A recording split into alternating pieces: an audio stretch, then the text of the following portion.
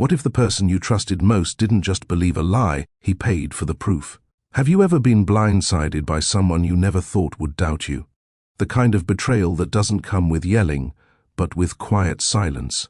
And signed divorce papers? This isn't a story about shouting matches or courtroom drama. It's about the kind of heartbreak that moves in silence, where love isn't destroyed by an enemy, but by someone who once swore they'd protect it. So what happens when the truth finally shows up? But the damage is already done? This story will remind you that lies have a shelf life, but love, when it's real, doesn't vanish. Stay with us. Callan Rourke didn't believe in fate.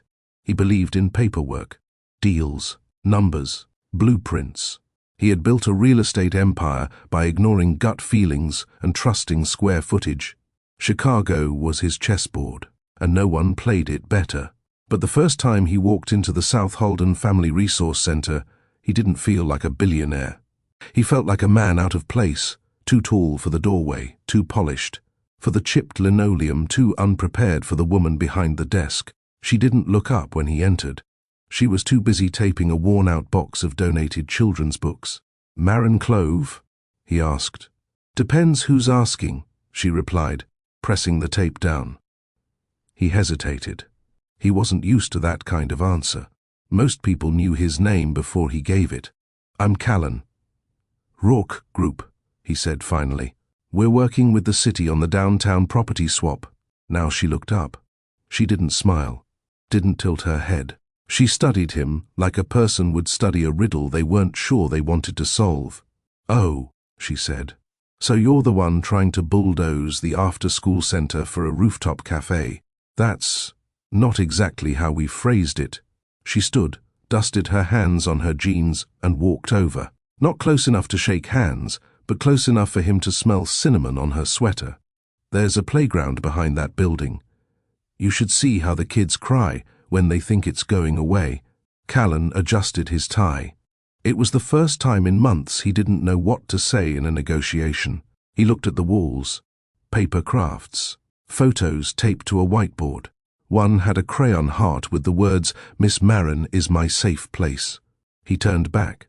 "You work here full-time?" he asked. "Not for the money," she replied. They didn't fall in love right away. In fact, they spent the next 2 months arguing in city meetings. She refused to compromise. He refused to walk away. But something kept pulling him back. The way she packed granola bars in her bag. The way she always kept a jacket in her trunk in case a kid forgot theirs. The way she never tried to impress him. The world bent over for billionaires. Marin didn't blink. One evening, after a zoning meeting ran late, he offered to walk her to her car. She said, "You trying to flirt with me or spy on what I drive?" He laughed for the first time in days. "I don't flirt with people who can out-argue me," he said. She paused at her door, looked back. "Well," she said, "that explains why you look so tired." And for the first time in his adult life, Callan Rourke didn't walk away with a win. He walked away wanting to lose to her again. They started seeing each other quietly. No headlines. No dinner galas. No one from his circle even knew her name. He didn't want her in the spotlight. Not because he was ashamed, but because the world he lived in would rip her apart. She didn't ask for designer gifts. She once returned a gold bracelet he sent with a note, "I don't wear my value. I live it." He had never met anyone like her. When he proposed, it was in her kitchen, with takeout on the counter and Elmo playing on a tablet in the background for the center's toddler program. He didn't even kneel. He just said, "Marin, I don't want to plan a future that doesn't have you in it." She didn't say yes right away. She just looked at him and asked, "Can you live without needing to prove everything?" "I don't know," he said honestly, "but I want to try." She slid the ring on herself. And just like that, Callan Rourke, Chicago's coldest closer, got married. In a community church with folding chairs and no media coverage. Everyone smiled that day. Except one person. Brianna Val stood at the back row in heels too sharp for the church floor, holding a champagne glass like it was a grenade with the pin pulled. When they kissed, she clapped, once. It was the kind of clap that made you flinch. Back at home, Maren sat on their modest love seat, head on Callan's shoulder, soft music playing. She whispered, "You think she'll leave us alone now?" Callan looked down at her. "I think she knows it's over." He meant it. But Brianna had built her career on cleaning up messes. And soon, she was going to make one. Have you ever been targeted by someone who couldn't stand to see you happy? Someone who lost access to you and wanted revenge for your peace? Drop a comment if someone like that ever showed up in your life. Your story could help someone else stay strong. Callan and Maren spent their wedding night the way most couples don't. No luxury hotel, no champagne on ice, no camera crews or celebrity chefs, just a two-bedroom townhome with light from the hallway lamp still flickering. A shared leftover, cupcake, and a handwritten note from one of Maren's kids. "I hope you kiss forever." He had never felt peace like that. No boardroom ever made his chest this still. No stock report ever made him feel grounded. He watched her walk barefoot across the room, carrying their new bedsheets. Not silk, but cotton. Soft. Clean. Hers. And for the first time in his life, Callan Rourke didn't need a plan. He already had everything. The next morning, they had breakfast standing up. Callan made coffee. Maren over-toasted the bread. "You really own half of Northside and don't know how to make eggs," she teased. "I delegate," he said, sipping. She leaned into his shoulder. "You're not delegating this marriage." He smiled. No chance. He didn't tell anyone about the wedding until 3 weeks later. Even then, it was casual. One sentence at the end of a business lunch, "I got married." Most people stared. A few congratulated him with tight voices. But one person froze. Brianna Val. She was 2 seats away at the table. Her water glass paused mid-air. "You," she said. Voice even. "Married?" "Yes," Callan replied. "Maren." She forced a laugh. "That's surprising." Then, quieter, "I guess love works in strange ways." Callan moved on. He didn't catch the way she texted someone under the table. Didn't hear the sound of plans forming inside silence. Elian was born on a cold Sunday morning. The nurses said he didn't cry right away. He blinked like his father. Silent. Observing. Callan held him like he was a fragile truth.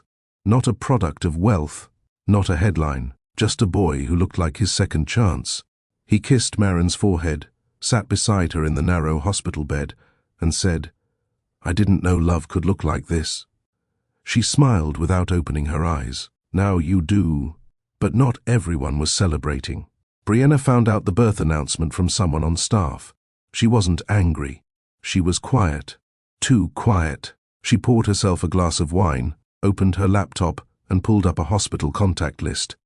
A few names she recognized from past scandal jobs. She clicked one. A nurse on night duty. One message sent. One future sabotaged. Callan arrived home from the office later than usual. Maren was asleep on the couch, Elian curled up on her chest. He stepped quietly through the room, carrying a small sealed envelope. He didn't know why he opened it at the kitchen counter. Didn't know why his hands shook. He just read the first line. Paternity probability, 0%. He didn't react. He didn't throw it. He didn't speak. He folded it, put it back, and looked at his son sleeping.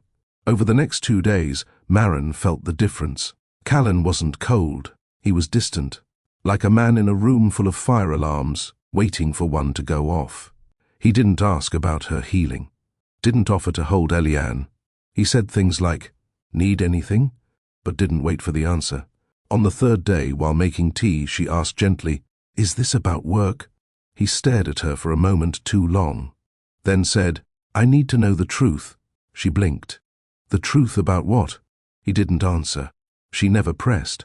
That night, he slept in the guest room. 2 days later, a courier arrived. No knock. Just a firm ring of the doorbell and a man in uniform handing her a folder. Inside, divorce papers. Custody petition included. No note, no explanation. Just a checkmark beside. Irreconcilable differences. Maren didn't cry. She sat still for almost 10 minutes, reading every line twice. Then she stood, walked to the bookshelf and pulled out their wedding photo. She didn't rip it. She didn't burn it. She put it in a drawer. Then she turned on the TV for Eliane and started researching lawyers.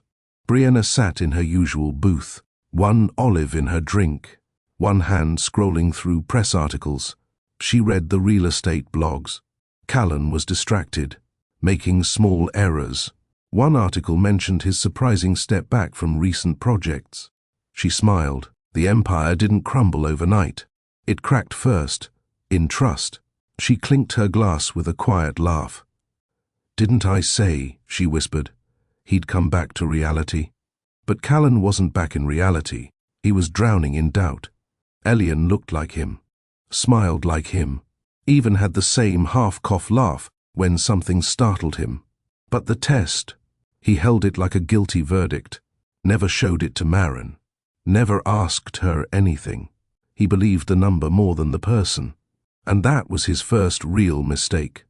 Brianna Val never liked to lose, not in courtrooms, not in campaigns, and definitely not to a woman who wore thrifted cardigans and didn't even own mascara. When Callan chose Maren, she didn't cry, she didn't argue, she didn't send drunk texts or staged apologies. She just waited, waited for cracks, waited for the headlines to stop, waited for people to forget the wedding even happened. Then she began. It started with the baby shower. Maren didn't want one, said she preferred something quiet, but the center staff insisted. So there was a modest gathering in the break room with cupcakes, paper flowers, and hand-me-down gifts. One of the wrapped packages stood out. Expensive, branded, gold-embossed ribbon with no name card. Inside was a baby monitor. No one thought twice. But inside that monitor, under the padding, was a listening device. Brianna didn't need to hear anything dramatic. She wasn't chasing scandal. She was hunting for weakness, for tones, for doubts, for anything that could be manipulated. And eventually, she heard it. Maren had just laid down for a nap when she whispered into her phone, "I'm scared I'll mess this up. He's so good, and I don't know, still figuring out how to be someone's home." That was all Brianna needed. Doubt didn't have to be loud. It just had to be believable. She played that clip over and over, then deleted it. Then she called in an old favor from a nurse she'd once helped out of a PR mess. "You owe me," she said. "This is small, nothing dangerous, just paperwork." The nurse hesitated, but Brianna's money was good. Her lawyers were better, and her promises always came with a contract. One test switched, one envelope mailed, no return address, no fingerprints, and just like that, the story began to shift. Brianna didn't need to fake a scandal. She just let Callan do the rest.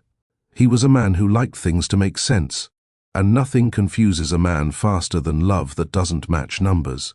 She smiled the day she heard about the divorce. She'd made sure the courier showed up right before lunch, when Maren would be alone, half-tired, still healing. The press never caught wind of the split. No one did, because Maren didn't call her friends, didn't post, didn't cry at the center. She kept showing up to work, smiling for the kids. But Brianna knew. She knew how it felt to be doubted, and she wanted Maren to feel it too. The difference was, Brianna had trained herself to weaponize that pain. Maren, she assumed, would crumble under it. But she was wrong, because Maren didn't collapse. She calculated. She didn't file countersuits or blast Callan online. She quietly met with a man named Ellard Fenwick. Ellard didn't own a fancy office. His law firm didn't have a website, but he'd taken down 2 senators and a CEO from a pharmaceutical company with 1 fax machine and a legal pad. He read her case in 20 minutes, closed the file and said, "They're bluffing. You want to go quiet or loud?" "Quiet," Maren said. "Always. Then we start with the hospital. Subpoena records.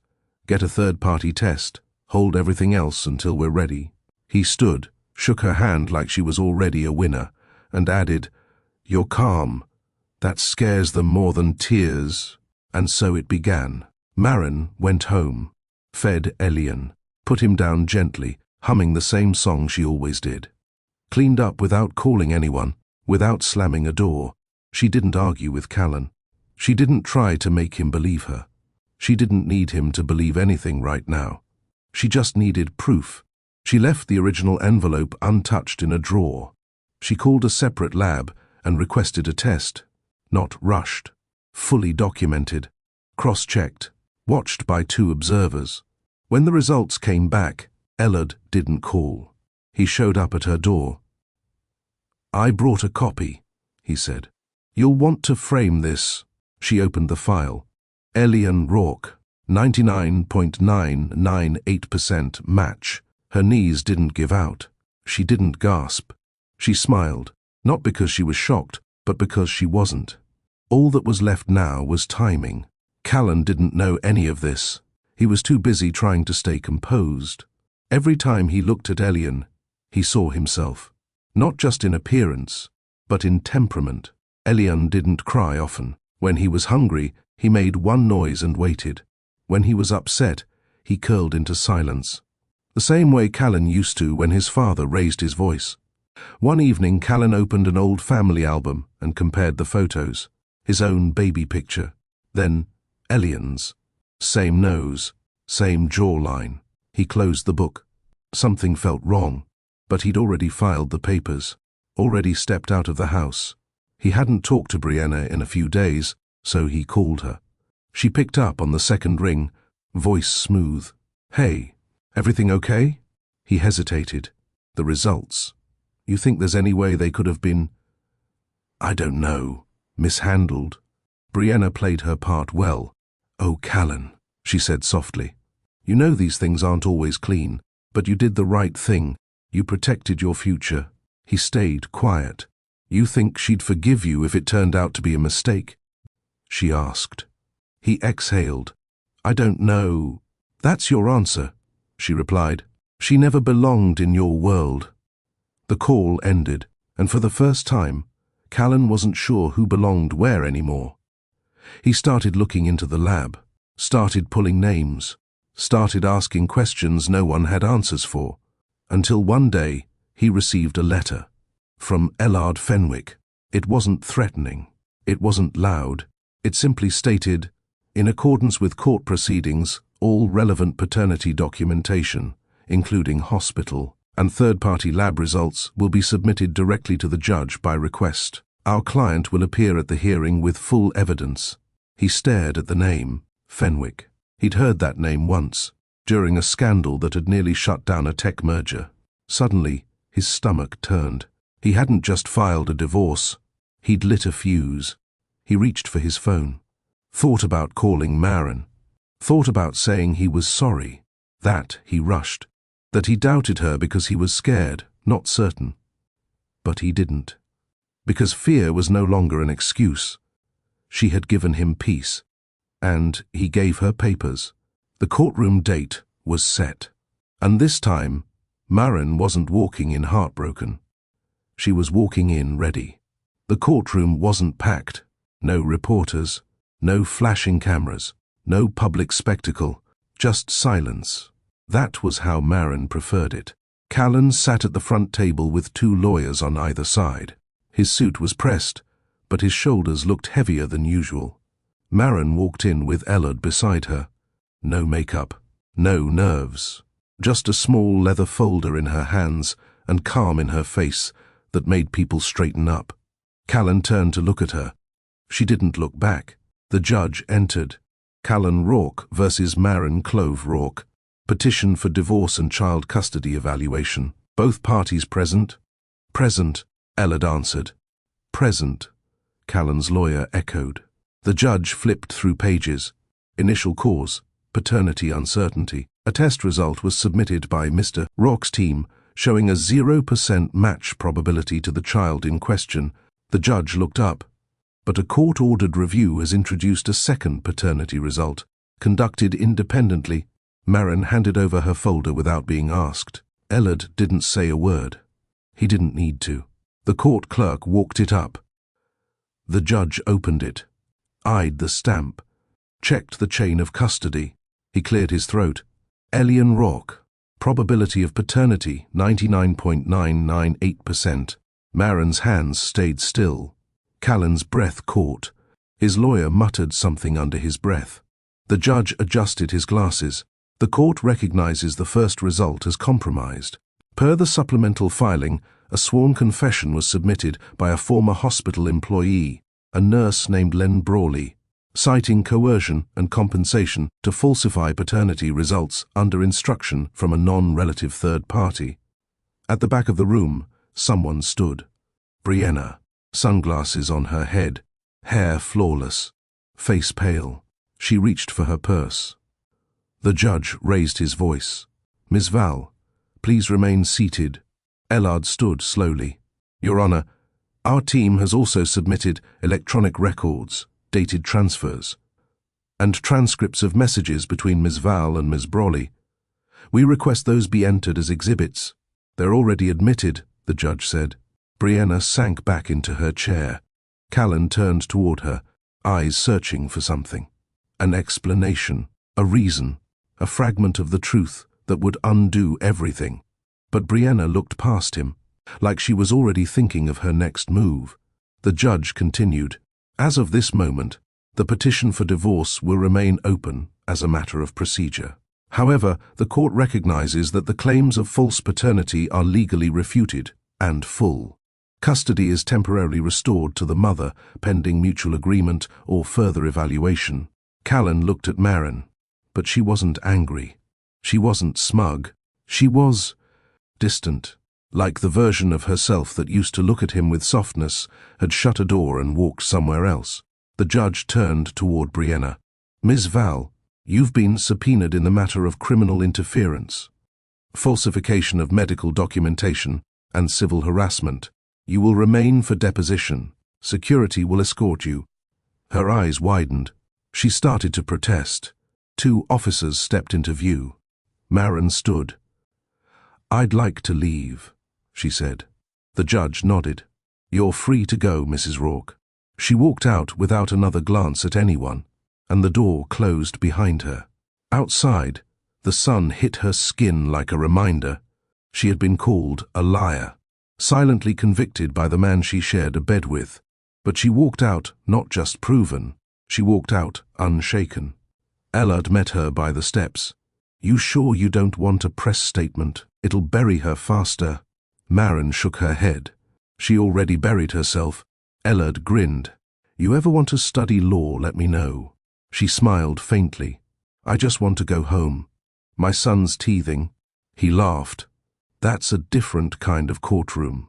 She left with no press behind her, no questions, no drama. She went home, changed into her soft pants, and warmed a bottle. Elian reached up with both hands and said, "Mama." She held him close and whispered, "Mama's not going anywhere." Inside the courthouse, Callan sat frozen. His lawyer was talking, but the words didn't register. He didn't feel like a billionaire. He felt like a fool. Not because he got tricked, but because he let someone else's voice be louder than the woman who gave him peace. He didn't call Maren that night, didn't text, didn't try to show up. He knew better. Instead, he drove to the old building on South Halden, the first place he ever saw her. The children's center lights were off, but the paper hearts still lined the windows. He sat there for a long time, then went home. Brianna was arrested that evening. Her firm dropped her. Clients distanced themselves. But she didn't beg. She was too proud for that. She posted a statement on her private blog, blaming emotional distress and toxic manipulation. But the screenshots said otherwise. So did the nurse's full confession. So did the judge's statement. Callan didn't bother reading the articles. He already knew the damage was done.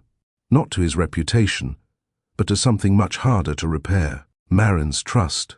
And there was no PR firm in the world that could spin that. The next morning, Maren woke up to silence. Not the kind that hurts, the kind that heals. She made oatmeal, packed Elian's bag, and for the first time in weeks, breathed in peace without fear it would be taken. Her phone buzzed. Unknown number. She hesitated, then answered. "Maren," Callan said. His voice was low. "Careful. I know I don't deserve it, but I needed to say it. She didn't interrupt. I believed a piece of paper more than I believed the woman who stood beside me on my worst days. Still, she didn't speak.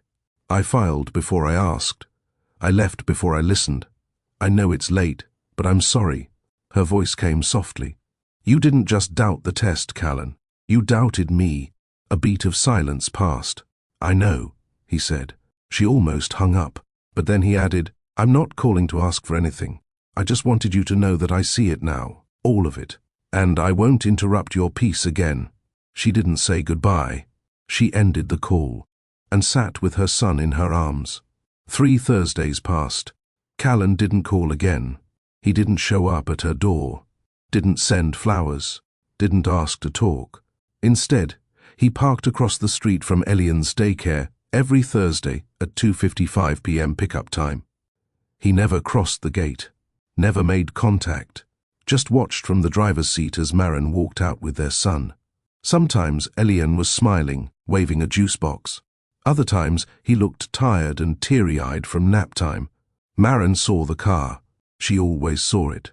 But she never stopped walking. She didn't know what he was waiting for. Her permission, her collapse, her invitation. She wouldn't give him any of those. Still, he came. Same time, same spot, week after week. He never stayed longer than 10 minutes, but he never missed one. Until the 5th Thursday. That time, he got out of the car. Not fast, not urgent. He waited by the passenger door, hands loose at his sides, no folder, no excuses. Maren stepped through the daycare gate holding Billionaire's hand. The boy's face lit up. Daddy. It was the first time he'd said it in weeks. Callan crouched to eye level. Hey, buddy. Billionaire ran up and hugged his knee. Callan didn't look at Maren. He didn't ask anything. He just kissed his son's head and stood back up. Maren stood still, unreadable. Do you mind if I walk him to the car? He asked. She nodded once. It was small, but it was something. He took Billionaire's tiny backpack from her shoulder, let Billionaire hold his finger all the way to the car, buckled him in, asked if he had a good day. Then he closed the door, walked back, and handed her the empty backpack. Thank you, he said quietly. She didn't respond. She didn't have to. He stepped back into the car and drove off. The next Thursday, she didn't wait for him to ask. She handed him the backpack without a word and walked beside him. It wasn't forgiveness. It wasn't invitation. It was acknowledgement. And in silence, that was enough. 2 weeks later, he found an envelope on his passenger seat. No name, no return address. Inside was a photograph of Billionaire asleep on his playmat, holding a small wooden airplane. Taped to the back was a note in Maren's handwriting. You gave him this on his first birthday. Callan sat in the driver's seat for a long time. He didn't cry, but something inside him finally softened. The guilt didn't vanish. It settled, quiet, real. That night, he didn't sleep. He walked through his home and realized how quiet it had become. Not peaceful quiet, lonely quiet. He passed by the room they once painted together. The one Maren said she wanted to fill with memories, not just furniture. He hadn't touched the crib. The blankets still smelled like her lotion. That night, he made a decision. No more calls, no more messages. He'd show up. That was all he could offer now. Time, presence, patience. At the daycare, the staff began to notice. Mr. Rourke was always early, always respectful, never asked for updates. He'd sit in the waiting area reading a book. No phone, no distractions. One afternoon, Billionaire showed a bruise on his elbow. Callan panicked, thinking something happened. Maren calmly explained he'd tripped over a toy truck. Callan nodded, then added, Do I have permission to pick him up next week if you're ever running late? Maren studied him. You can pick him up if you're early, and I text you. He nodded. It wasn't a yes, it was a maybe. And he'd take it. Billionaire's vocabulary started expanding. He began saying, My daddy's tall. My daddy makes waffles. My daddy bought me blue shoes. Maren didn't correct him, even though Callan hadn't done any of those things yet. The child was remembering before the pain. reaching back to a time when both parents were still in the same room. One evening, Maren overheard Elian whisper in bed, "Daddy's funny again." It made her smile without meaning to. She sat beside him and tucked the blanket higher. "You love your daddy?" she asked softly. Elian nodded with his thumb in his mouth. "Did you know he never stops coming to see you?" Elian blinked. "I know," he said. Maren kissed his forehead, then walked to her bedroom and stared at the ceiling. Her anger wasn't gone, but her wool was thinning. Because love wasn't something she had turned off. It was something she'd buried to survive. And now, it was surfacing without her permission.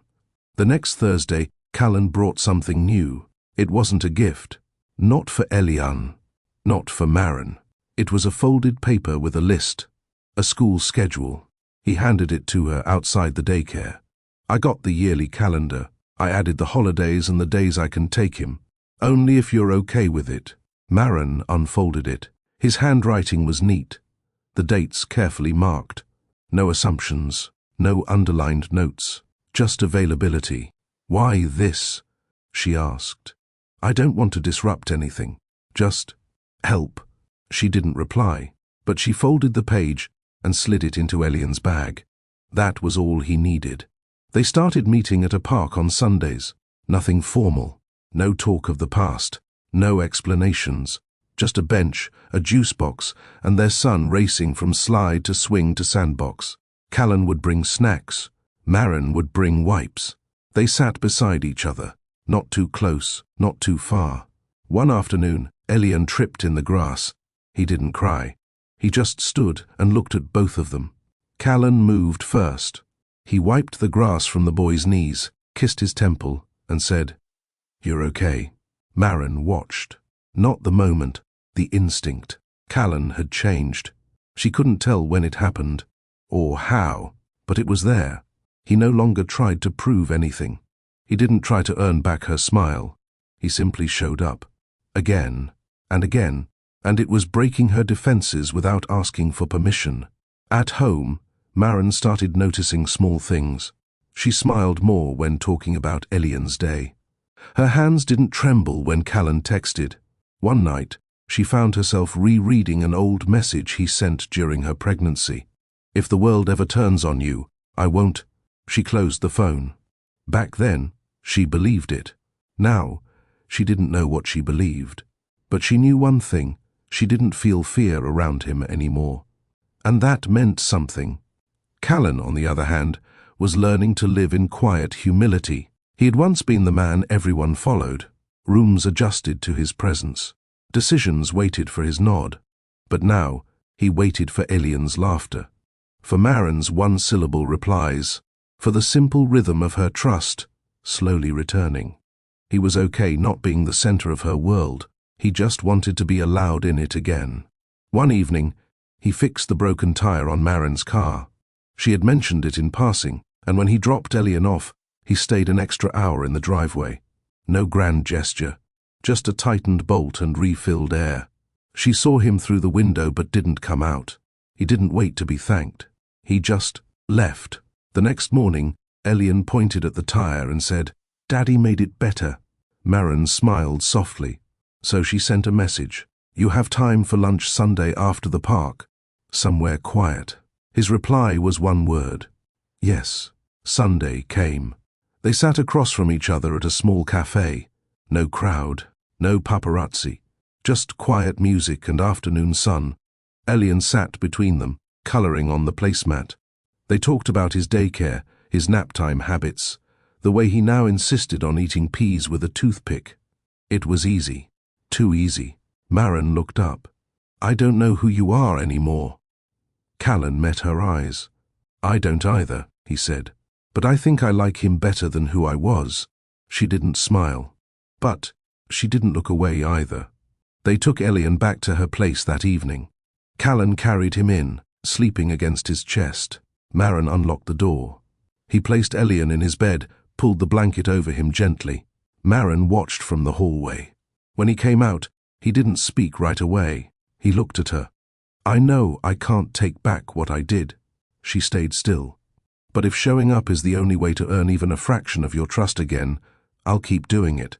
Even if it takes years." Her voice came quiet. "I'm not asking you to wait years," he exhaled. "But I'm not ready to forget either," she added. "I wouldn't ask you to." They stood in the soft light, silence hanging between them like a fragile truth. Then she said, "You want tea?" His chest tightened. "Yeah," he whispered. Tea would be good.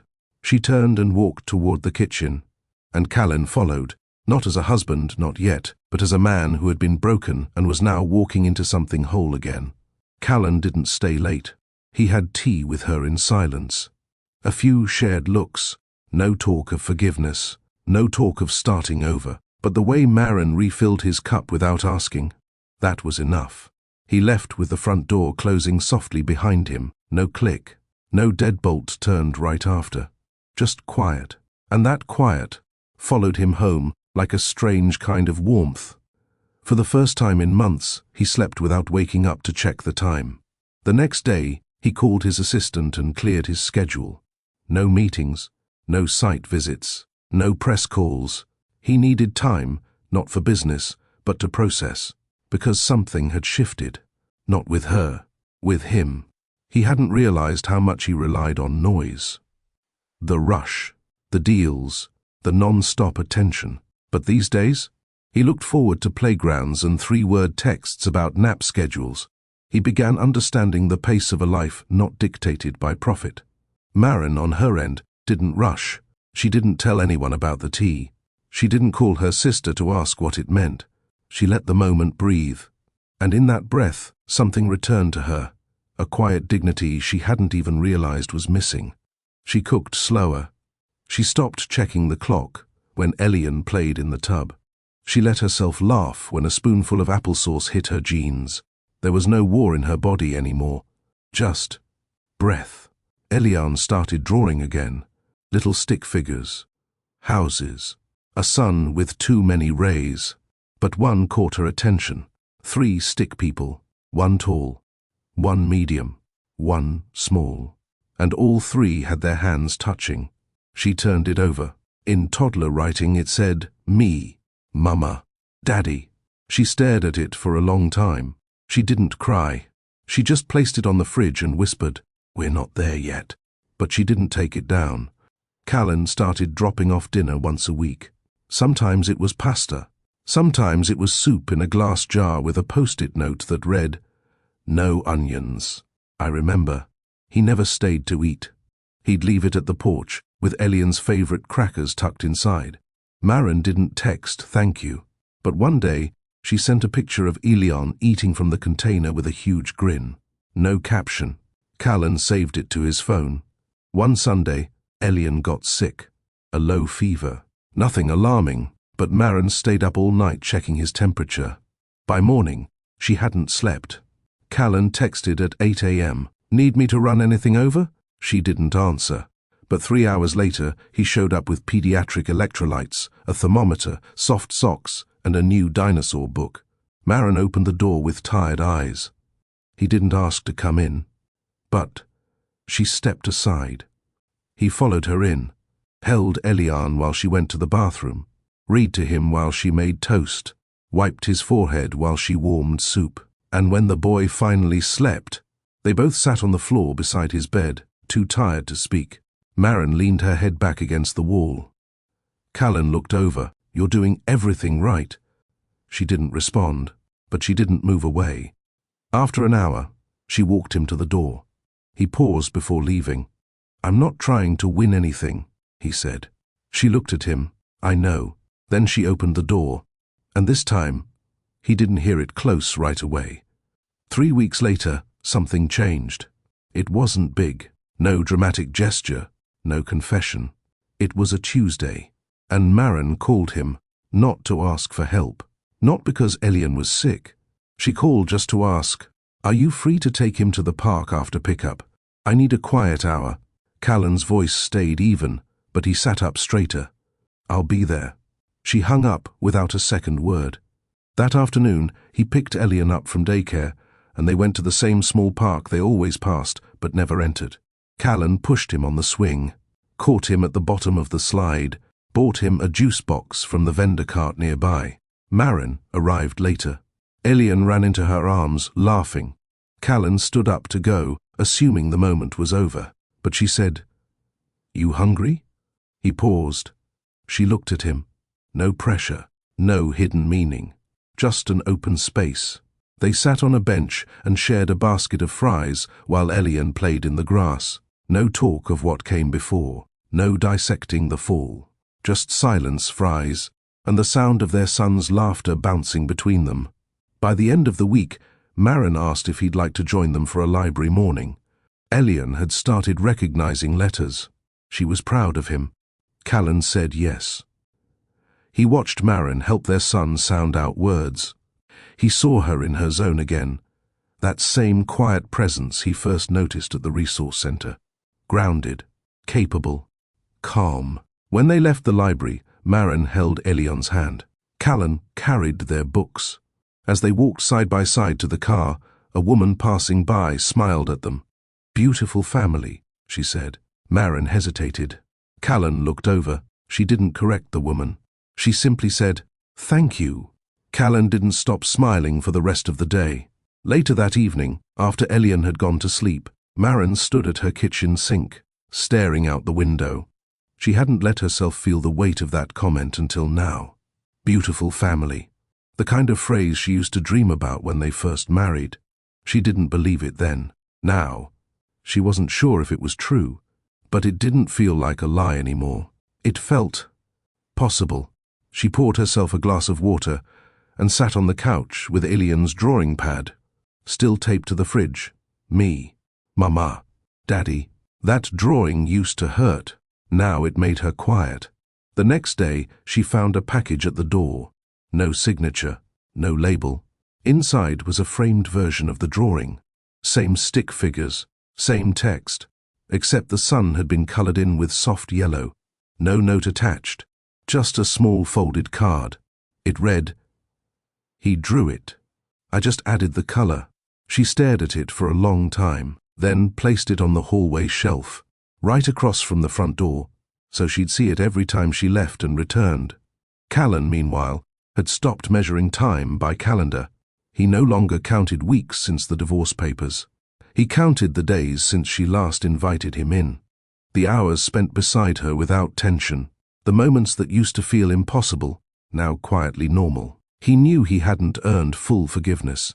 But he also knew that presence had done more than promises ever could. One night, as he dropped Elian off, Maren said, "You want to stay for dinner?" He blinked. "Just pizza," she added. He picked it. "With mushrooms." "Sorry." He smiled. Mushrooms are his new phase. Apparently, Callan stepped inside. They ate at the table. Simple. Warm. After dinner, Elian fell asleep on the couch with a crust in his hand. Callan carried him to bed. Maren followed, fixed the blanket, kissed their son's forehead. They walked back down the hall in silence. In the living room, she turned and looked at him. "Callan." He faced her. "I don't know where we go from here. I'm still processing." "I know," he said gently. But tonight felt like something. He didn't say anything. He just nodded. She didn't say goodnight. She didn't have to.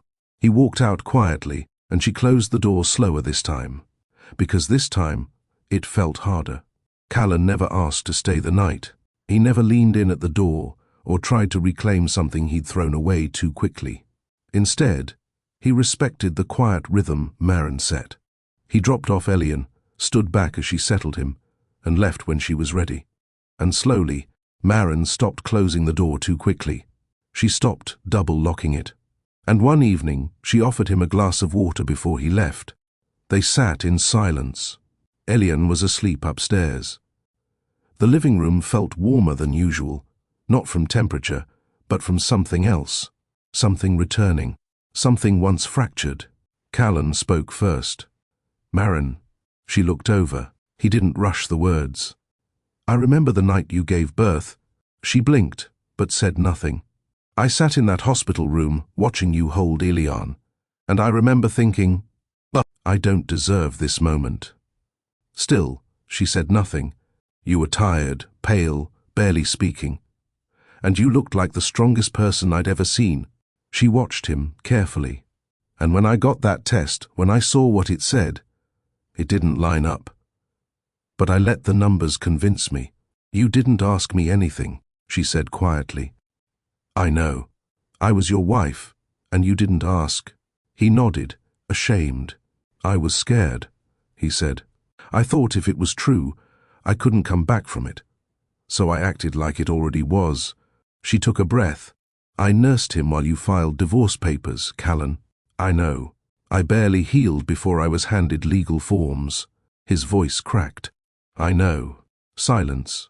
He didn't try to excuse it, didn't try to fix it. He let her pain stand. Because this time, he understood that some things don't need comfort. They need acknowledgement. Elian stirred upstairs. Neither of them moved. Then Maren said softly, "You've changed." He looked at her. "But I haven't forgotten. I don't expect you to." She looked away, then back. "I'm not saying this to punish you. I'm saying it because I have to say it to move forward." Callan nodded. "You can say anything. I wanted to hate you." His chest tightened. "But I didn't." Tears gathered at the corner of her eyes. "I missed you so much I couldn't sleep some nights, and I hated that I still loved you." Callan swallowed hard. "You were my home," she said. "You still are," he whispered. "I don't know if I believe that anymore." He nodded again. "That's okay. I'll keep showing up until it starts to feel safe again." She stood. He stood with her. They walked toward the door. No rush, no awkwardness. When he reached the doormat, she said, "Do you have Elian's size for shoes?" He paused. "Yeah." "I do. His sneakers are getting tight. You can take him shopping on Saturday, if you want." "I'd like that." She didn't say goodnight. She didn't have to. This time, he walked away with something more valuable than a kiss. Trust, not fully restored, but given space to grow. Saturday came. Callan picked up Elian mid-morning. They went to the shoe store downtown, where the sales clerk tried to convince Elian to try flashy, lead-lit sneakers. Elian looked up at his dad and asked, "Can I get the blue ones like yours?" Callan laughed and bought them both matching navy sneakers. When he dropped him off later, Elian ran straight to Maren. "Look," he said, "we match." Maren smiled. "You look very cool." Elian beamed. Callan watched her face. There was something soft there, not forgiveness, but no more fire, just a slow cooling of old pain. Later that night, Maren found the receipt still tucked into the shoebox.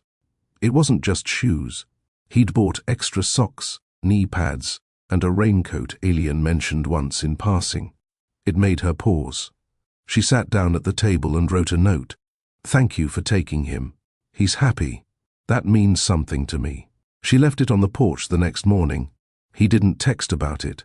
But the next visit, he showed up with Elian's favorite fruit snacks. The small things were stacking up, and she was starting to notice. Maren didn't tell anyone they were spending more time together.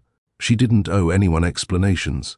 There were no labels, no rules, just hours quietly shared and trust cautiously rebuilt.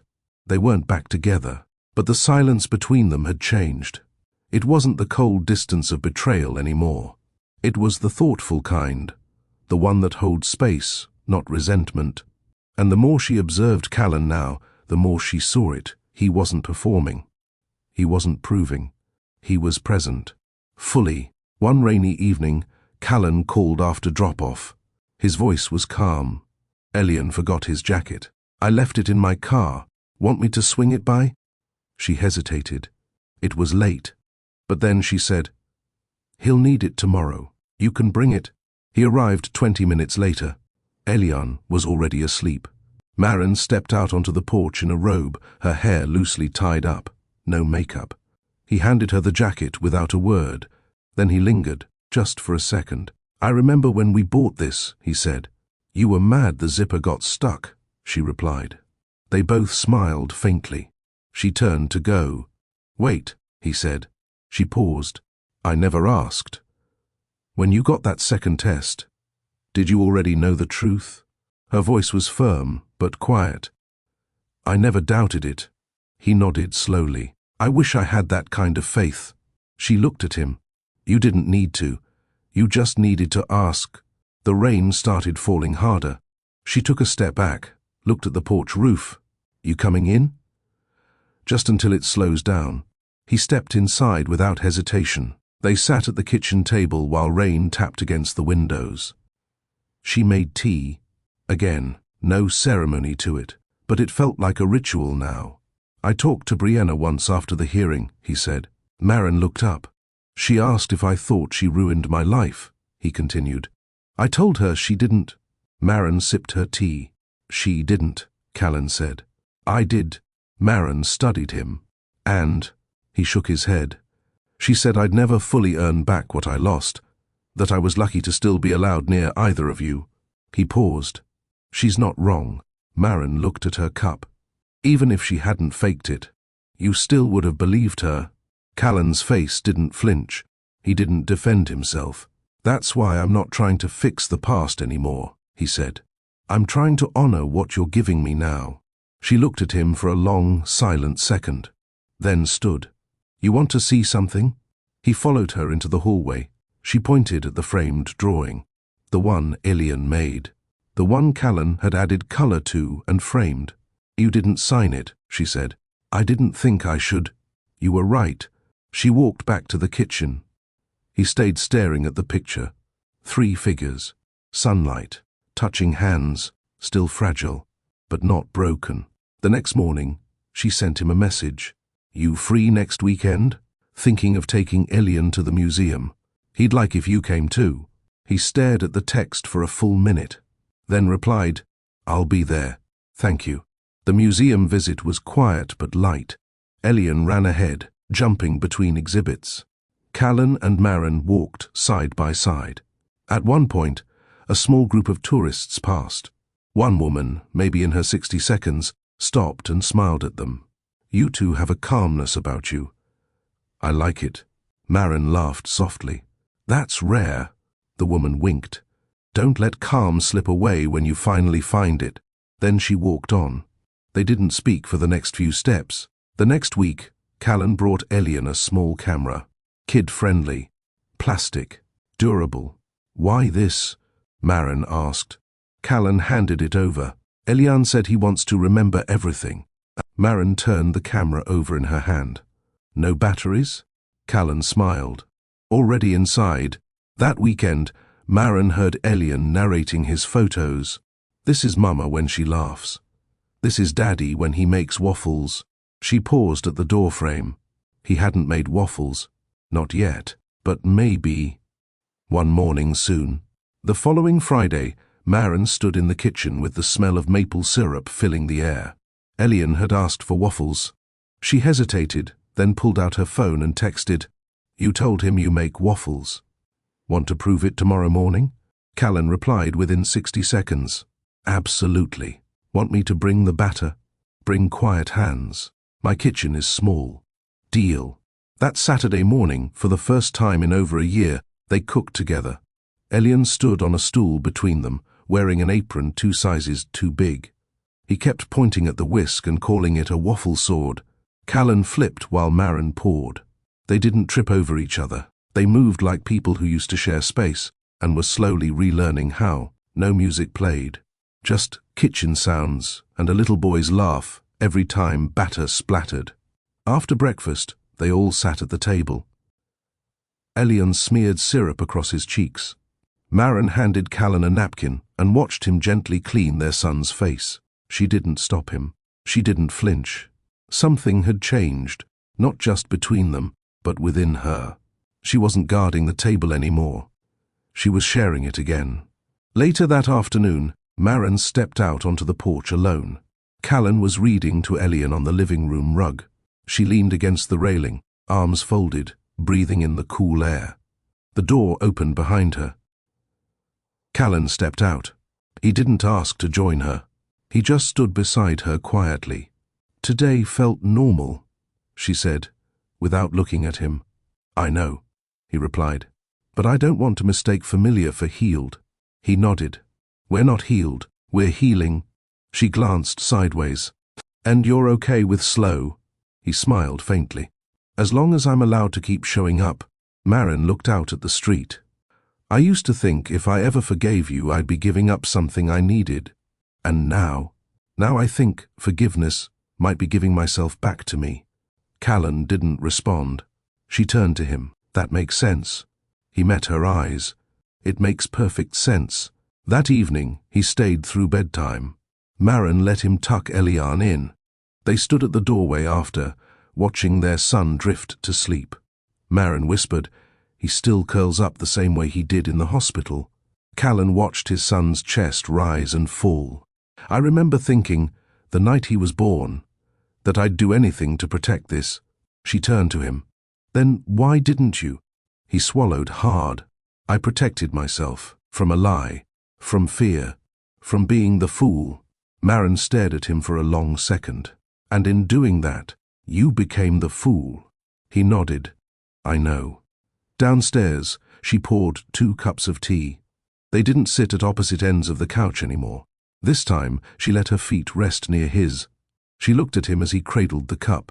"You think you would have believed me back then if I had screamed, shouted, demanded?" Callan shook his head. "No, because the lie was quiet, and I thought truth only came loud." She held his gaze. "And now? Now I know silence isn't absence. It's strength when used right." Marin exhaled. "You're different. I had to be. I lost everything." "No," she corrected. "You gave everything away." He nodded. She stood, took his empty cup, and walked to the sink. Over her shoulder, she asked, "You free Sunday afternoon?" He smiled. "For what?" "Eliane wants to paint birdhouses. Said you'd pick the best colors." He stood. "I'll bring every shade I can find." Callan arrived Sunday afternoon with a bag full of acrylic paints, small brushes, and 3 unpainted wooden birdhouses. Eliane clapped when he saw him. "You remembered." Callan smiled. "Of course I did." They laid out newspaper on the living room floor, lined up the paints, and got to work. Marin sat with her knees folded beneath her, tying Eliane's painting apron, and laughing as he immediately dipped the brush into 4 colors at once. "Rainbow birds," Eliane said proudly. Callan looked over and grinned. "That birdhouse looks like it survived a storm. That's the point." Eliane giggled. They spent 2 hours painting. Callan took his time, blues, greys, soft white strokes. Marin worked on hers silently. She chose deep greens and a gold outline along the roof. Eliane's was, as expected, a splash of joyful chaos. When they finished, Eliane looked between them and said, "Now the birds won't fight. They each have their own." Marin blinked. Callan looked at her. Neither of them spoke. It wasn't about the birds. It never was. Later, while Eliane napped, Callan helped clean up. Marin handed him the last brush. He rinsed it out, shook it dry, and then paused. "Did you ever think we'd get back to this?" She dried her hands. "No, not even a little. Me neither." She leaned against the counter. "But I'm glad we're here." He turned to her. "I still remember what I said to you that night in the hospital." She raised an eyebrow. "Which part?" "When I looked at Eliane for the first time and said, 'This changes everything.'" She smiled faintly. "You were right. It did." Callan stepped closer, voice low. "And I ruined what was perfect because I didn't believe the one person who never gave me a reason to doubt her." "You didn't just doubt me," she said. "You gave someone else my place." He nodded. "I know. And I'll regret it for the rest of my life." Marin looked at him closely. "But you've shown up, every week, without asking for anything." "I didn't want anything. I just wanted to be near what I broke, to learn how not to break it again." That silence between them returned, but it wasn't tense. It was heavy, full. Eliane stirred from the other room. Callan looked toward the hallway. "I should go before he wakes." Marin didn't stop him. He gathered his bag, slipped his shoes on, and headed to the door.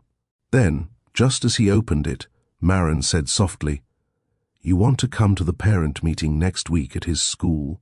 Callan turned. "The one about the fall activities?" She nodded. It's not a big deal. But it might matter to him if you're there. He stepped back inside, just 2 paces. I'll be there. Their eyes locked. She didn't smile. But she didn't close the door behind him either. At the parent meeting the following week, Callan sat beside Maren in one of those tiny kindergarten chairs. Other parents glanced over, some recognizing him, others not. But Callan didn't care. He was too focused on the bulletin board where Elian's drawing was pinned, a family of 3 holding hands. Beneath it, in the teacher's handwriting, "My home is wherever they are." Maren read it too. Neither of them said a word, but their hands rested closer than before. Not touching, not yet, but close enough to feel the warmth return. Have you ever tried to rebuild trust after someone broke it? Have you seen actions slowly say what words never could? Tell us in the comments. Your story might give someone else the strength to forgive, or the wisdom to walk away. If this chapter moved you, please like, share, and subscribe. There's more truth, more healing, and more love to come. Stay with us. Callan had spent years walking into rooms where he controlled the narrative. Boardrooms, contract signings, investor lunches, but none of those felt as weighty as walking into Elian's school auditorium for family story night. No flashbulbs, no suits, no deals, just tiny chairs, finger-painted murals, and rows of young voices laughing over too much sugar. He spotted Maren first. She sat cross-legged on the floor with Elian, who was showing her a book with a jaguar on the cover. Callan approached slowly. When Elian saw him, he lit up and waved. "Daddy." Maren looked up. And this time, she smiled. Genuine. Simple. Unforced. Callan's chest eased. "Big night," he said, crouching beside them. Elian nodded excitedly. "I'm going to read the first page out loud." Maren handed him the book. "He's practiced all week." "I believe it." Callan looked at her. "You look relaxed." She raised a brow. "That's because you missed the glitter spill during craft time." He chuckled. "Can't imagine you panicking over glitter." "I didn't. But the janitor did."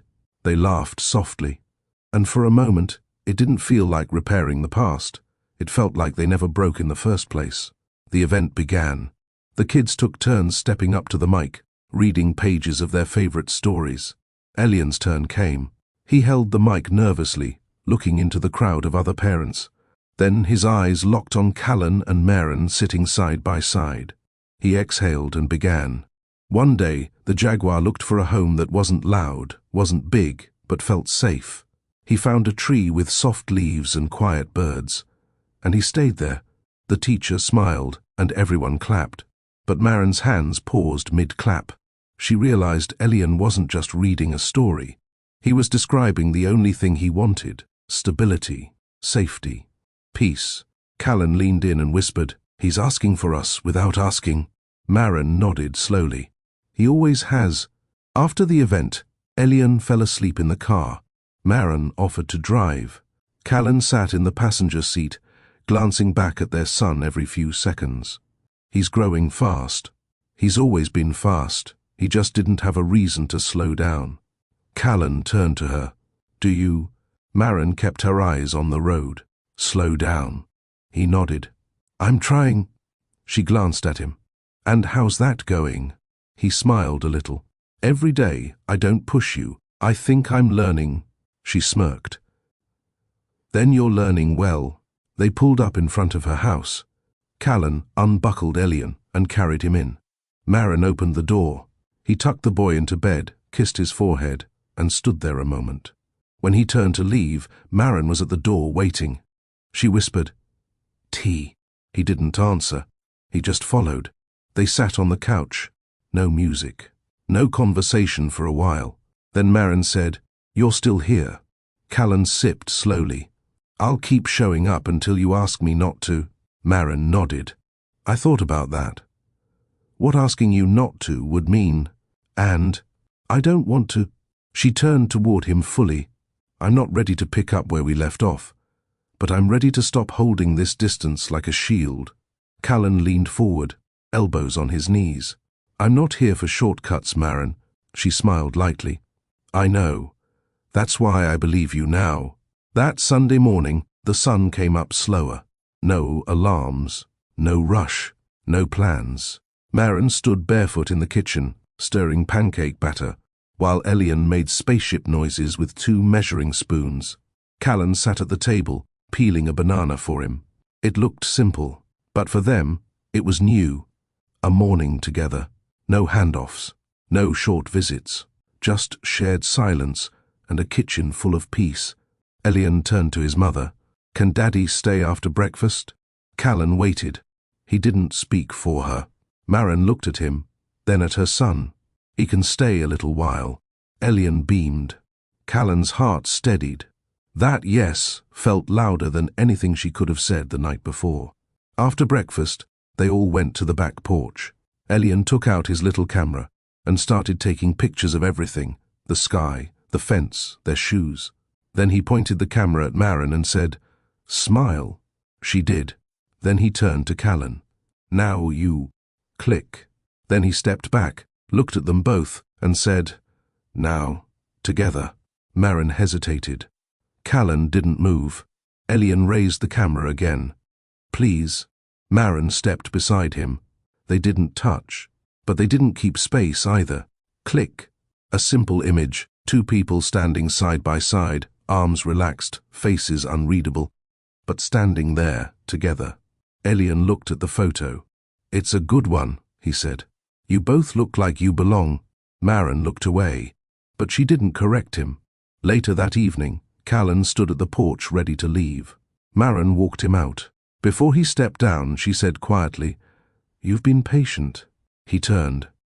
"I told you I would be." She nodded. It mattered. He watched her for a moment.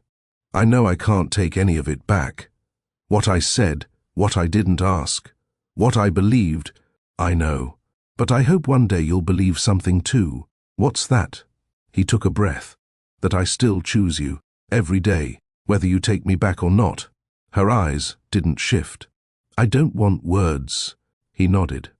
"I'll keep showing up." The next day, a text came in from Maren around noon. "You free this Friday night? Elian's school is doing a parents and kids movie night." Callan stared at the screen for a long second, then replied, "Wouldn't miss it." Friday came. They sat on a picnic blanket under the stars as the projector lit up. Elian curled up between them with a juice pouch. Halfway through the film, he looked up at them and said, "This is the best night ever." Callan glanced over. Maren's face was soft in the glow of the screen. She whispered, "It is." They didn't touch hands, but they didn't pull them apart either. Their pinkies grazed once, and neither of them moved. Sometimes, healing doesn't ask for fireworks. It just asks you to stay. Elian's camera had become part of his hand. He carried it to the park, to the porch, to the grocery store. Everywhere. He documented life as he saw it, unfiltered and honest. One morning, Maren was folding laundry when he ran up with a photo he'd just printed from the school kiosk. She took it gently. It was of her. She was at the kitchen sink, looking out the window, steam rising from the mug in her hand. There was no smile, no pose, just stillness. Elian tapped the picture. "You look like peace, Mama." Her eyes stung, but she didn't cry. She kissed his head and whispered, "Thank you." That night, Callan came by with Elian's homework folder. He didn't ask to come in. He never did. But Maren stepped aside. Elian ran to his room to put away his backpack. Callan lingered near the hallway. "I saw that photo," she said softly. Callan smiled. "It's a good one." He said, "I look like peace." "You are." She turned to face him. "You think I ever will be? To you." Callan's voice was quiet, steady. "You already are." They sat in the living room. A candle flickered on the table between them. Callan glanced at the small stack of Elian's photos. He picked one up. It was a photo of the 3 birdhouses they painted, now hanging outside under the maple tree. "You still have them up," he said. "I like watching them when I drink tea," she said. "Any birds?" "Just one, a little blue one." Callan smiled. Always the quiet ones. There was a softness between them now. No more sharp pauses, no walls, no rehearsed lines or unfinished apologies. Just two people breathing in the same space without tension. Maren leaned back into the couch, the side of her arm brushing his. She didn't move it. Callan looked at her hand resting between them. He didn't reach for it, but he stayed close. They talked about Elion's next field trip, about the holiday schedule, about maybe visiting the museum again. Normal things, safe things. Then Maren asked, "Do you miss living here?" Callan looked around. At night, yes. In the morning, yes. Every hour in between, yes. She nodded. "I miss falling asleep with the porch light still on," he added. "You always forgot to turn it off." "I didn't forget," she said. "I left it on for you." That silence returned, that old, full silence they'd learned to live in. Only this time it didn't hurt. It held. Upstairs, Elion stirred in his bed. Callan stood up, ready to leave. Maren walked him to the door. As he opened it, she touched his arm, not hard, not pulling him back, just a brief touch. "Next weekend," she said, "Elion wants to carve pumpkins. If you're free, I'll bring the carving kit. And gloves," she added. "You always hated messes." "I don't anymore," he said. She raised a brow. "Since when?" "Since life got messy, and still found a way to be beautiful." She smiled then, quiet, but real. "Good night, Callan." "Good night, Maren." He stepped off the porch, and for the first time, she watched him walk all the way to his car and didn't look away. Saturday morning arrived with sunlight and the smell of cinnamon rolls in the oven. Elion stood on the porch in his pajamas, holding a marker and trying to sketch a face on a pumpkin. Callan pulled up in his SUV and stepped out holding a carving kit and a brown bag. Elion ran toward him. "You brought gloves?" Callan smiled. 3 pairs, and marshmallows. Maren stepped out behind her son, holding a tray of mugs. "He's been talking about this all week." Callan took a mug. "Pumpkin carving or the marshmallows?" "Both." They all laughed. There was no tension now, no caution. The warmth between them had taken its place. They sat on the grass. Elion picked a silly design, one eye big, one small, a jagged smile. Maren carved with careful precision. Callan did his best. Elion judged everyone's pumpkin like a seasoned critic. "Mama's is fancy, Daddy's is scary, mine is funny." Callan nudged Maren. "I'll take scary over silly. You always did." They both paused. Callan's eyes stayed on her. Maren didn't look away. "I'm not scared anymore," he said quietly. She held his gaze. "Neither am I." Afterward, they toasted marshmallows over a small fire pit. Elion eventually curled up on the porch swing, the sugar crash catching up with him. Maren covered him with a light blanket. Callan stood beside her, watching the boy sleep. "He's so calm now," Callan said. "He feels safe." Callan looked at her. "Because of you." She didn't respond. He turned to her fully. "And maybe, now a little because of me, too." She glanced at him. "You've earned that." He swallowed. "I didn't think I'd ever hear you say something like that. You weren't ready before, and now, you're becoming the man I believed you were. Before everything." They sat on the porch, side by side, not touching, not rushing, just breathing the same evening air. Callan said, "Do you think we could ever find something new?" Maren looked at him. "Not what we had before. No, something better." She was quiet for a moment, then said, "Only if we don't pretend nothing happened. I won't pretend the pain didn't exist." "I don't want you to," he said. She nodded. "That's why there's a chance." He exhaled, slow and deep. "Thank you." Before he left, he lifted Elion gently from the swing and carried him upstairs. Maren followed, watching as he tucked the boy in like it was second nature. When they walked back down, she didn't walk him to the door. She walked past it and into the kitchen.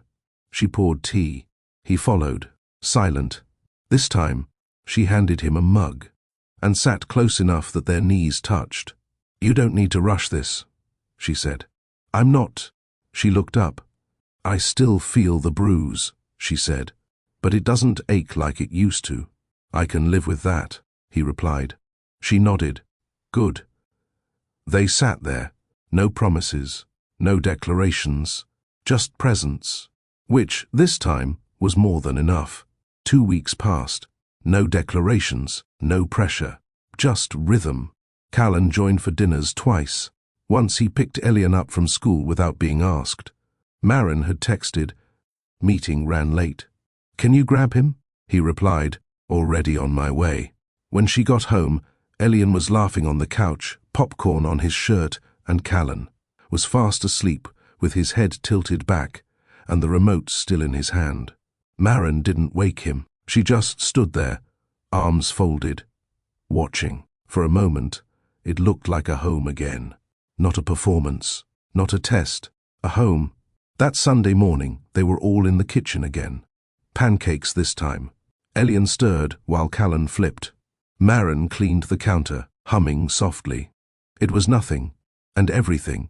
Elian suddenly announced, "Family photo." He grabbed his camera, set it on the stand, then hit the timer. He rushed back and squished between them. The camera clicked. Maren didn't realize until hours later, while checking the gallery, that her head had tilted toward Callan's. Naturally, instinctively. She didn't delete the photo.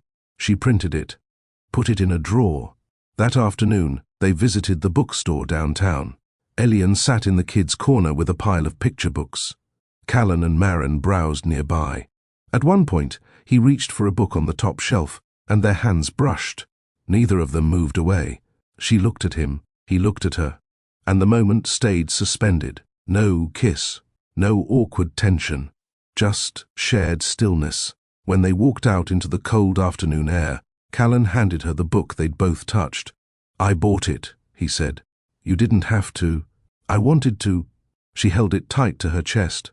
That night, Maren stood in the hallway staring at the framed drawing Elian made months ago. The one of the 3 stick figures. She whispered to herself, "We're almost there." Her phone buzzed. A message from Callan. Didn't want to say it while Elian was around, but today meant everything to me. She stared at the message, then replied, "Me too." The next weekend, Callan invited them over to his place. Not a mansion, not the penthouse downtown, just the quiet 2-story house he'd moved into after stepping away from the spotlight. Elian was thrilled. "I get to see Daddy's house." Maren packed a small bag with extra clothes, snacks, and Elian's favorite stuffed toy, just in case the evening ran late. When they pulled up, Callan was already outside, sweeping leaves from the walkway. Elian ran ahead. Maren stepped out slowly, eyes taking in the space. It wasn't flashy. The porch light was on. So was the one inside the hallway. Warm. Callan opened the door, grinning. "Welcome." Inside, Elian gave her a grand tour. "This is the couch I watch movies on. This is the chair Daddy reads in. This is the fridge. It has the marshmallows." Callan walked behind them, silent, letting Elian take the lead. Maren noticed the framed picture on a side table, the same one Elian had taken of the 3 of them carving pumpkins. She looked around. Soft colors, clean spaces. A home lived in, not displayed. "You did all this yourself?" she asked. Callan nodded. "Didn't want a decorator. I wanted it to feel real." She smiled. "It does." Dinner was homemade, pasta with garlic bread and a salad Elian refused to touch. They laughed, ate, talked about simple things. Afterward, Elian sat on the living room rug, playing with blocks. Callan stood beside Maren in the kitchen, drying the dishes she washed. "I'm nervous," he admitted quietly. She glanced at him. "About what?" "Having you here. Both of you. It's what I've wanted. But now that you're here—" "You don't want to ruin it," she finished for him. He looked at her. "I don't want to rush it." She dried her hands. "Then don't—" They sat on the couch with a cup of tea each, while Elian began to nod off with a book in his lap. Callan picked him up, carried him to the guest room he'd prepared. Maren followed. The room was small but cozy. His favorite blanket, a nightlight shaped like a star, a drawer labeled E. She stood in the doorway as Callan tucked their son in. "I didn't know you were keeping him here," she whispered. "I wasn't. Not at first." He looked at her. "But I hoped." They stepped back into the hallway. Callan didn't say anything. Neither did she. But when he reached for her hand, she didn't pull away. He held it gently. No pressure, no pull. Just held it. Her voice came soft. "I still have bad nights. I'll be here when they come. I still get quiet. I've learned to listen. I still remember everything. I don't expect you to forget." She looked up at him, and he waited. No lean in, no move, just waited. And she made the next move. She stepped in, rested her forehead against his chest, and let herself breathe there. Not as his wife, not as the woman he'd broken, but as herself, as someone reclaiming something on her own terms. And he didn't say a word. He just held her, right there, in the hallway, next to the room where their son slept. The next morning, Maren woke up on the couch wrapped in a blanket she didn't remember pulling over herself. The house was quiet. Too quiet. She sat up, heart skipping for a second. Then she heard it. Elian's voice. Soft. Whispering. She walked to the kitchen and found them. Callan at the stove, flipping pancakes. Elian on a stool, watching him closely with both elbows on the counter. When Maren appeared in the doorway, Callan looked over and smiled. "Good morning." Elian turned. "Daddy makes them better now." She grinned. "I'll be the judge of that." He made her a plate. No garnish, no flair. Just 2 warm pancakes and a quiet look that said, "I'm still here." And that was more than enough. After breakfast, Callan walked her and Elian to the car. He buckled his son in, kissed his forehead, then stood by Maren's door. "I have a question," he said. She looked up. "I know we're not rushing. I know you're still healing. But if I asked for one honest answer, would you give it to me?" She nodded. He hesitated. "Are you still in love with me?" She didn't flinch, didn't look away. Instead, she answered without pause. "I never stopped." The air between them shifted, not because of shock, but because it had finally been spoken. Callan exhaled. Quiet, unshaken. "I'm still in love with you too." She nodded once. "I know." He didn't ask to come home. He didn't ask for more. She opened the car door, looked at him, and said, "Just keep showing up. I will." And she drove away. That evening, Elian pulled out his camera and flipped through the photos. He paused on the one from the porch, the one where Callan and Maren stood side by side, not touching but close. He held it up to her. "I think this is when you started smiling again." She looked at it for a long time, then reached into the drawer, pulled out a frame, and placed the photo inside. "You might be right." It was quiet at the house that evening. Maren stood at the kitchen sink, washing Elian's lunchbox, watching the backyard through the window. She didn't know what made her turn toward the door, but she did, and there he was. Callan, not with flowers, not with a speech, just holding something in his hand. Her wedding band. "I found it," he said quietly. "In the drawer where you left it." She dried her hands and turned. Callan stepped closer. "I never took mine off. Even when I didn't deserve to wear it." Maren didn't speak. He held out her ring, but he didn't slide it onto her finger. He let her take it, or not. She reached for it, held it, stared at it. Then slowly, she slid it back on. "I'm not promising the same marriage," she said, "but I'm willing to build something real, not perfect, but honest." His eyes didn't leave hers. "That's the only kind I want." They didn't rush. They didn't kiss. They just stood close, closer than before. A week later, Maren took Elian to his school play. He wore a cardboard crown and grinned when he saw her in the front row. Callan showed up 10 minutes later, carrying juice boxes and a camera. He sat beside her, close enough for their knees to touch. When Elian walked on stage, Maren leaned in and whispered, "He doesn't look nervous. Callan whispered back, "Because he knows we're both watching." Maren smiled. Not at the stage. At him. Quiet love. No announcement. No need to explain. That weekend, Maren woke to soft piano keys playing from downstairs. She walked into the living room and saw Callan at the old upright. Elian was beside him, tapping at the lower keys. When they finished, Callan looked up. "He's picking it up fast." "He's your son." Callan stood, walked over, took her hand. "Let's play something." "I don't play." He shook his head. "Not music." She smiled softly. "What then?" "Life." Some apologies come too late, but the ones backed by action, those have weight. Trust isn't rebuilt through gifts or flowers. It's rebuilt in breakfast, in showing up, in staying. When someone chooses to stay again and again without being asked, that's love. If this story left a mark on your heart, share it with someone who needs hope. Comment below, what moment touched you most? And subscribe for more stories that remind us, love, when real, is quiet, strong, and steady.